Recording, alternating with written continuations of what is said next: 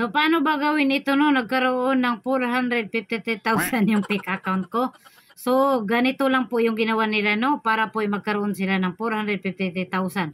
Fake po yan. Sample ito sa account ko na profile. This is Tomboy TV. So, itap lang natin ito, no? Edit bio. So, ganito lang po yung ginawa nila. Inedit nila, no? So, nakalagay po dyan, 453k followers.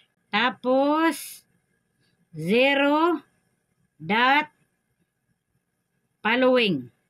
Then, save.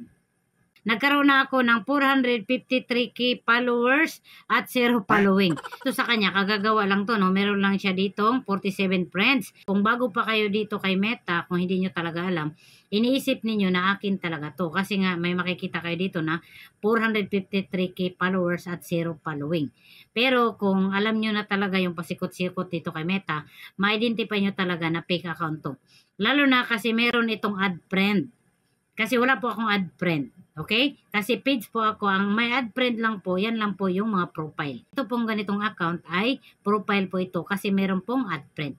So, ganyan lang yung ginagawa nila. Gina-edit lang nila yung bio para magmukha na marami silang followers para makatotohanan talaga na sila talaga yung owner ng account para makakuha sila ng followers. At the same time, mainggan nyo din kayo na mag-follow kasi iniisip ninyo na yan talaga yung totoong owner ng account.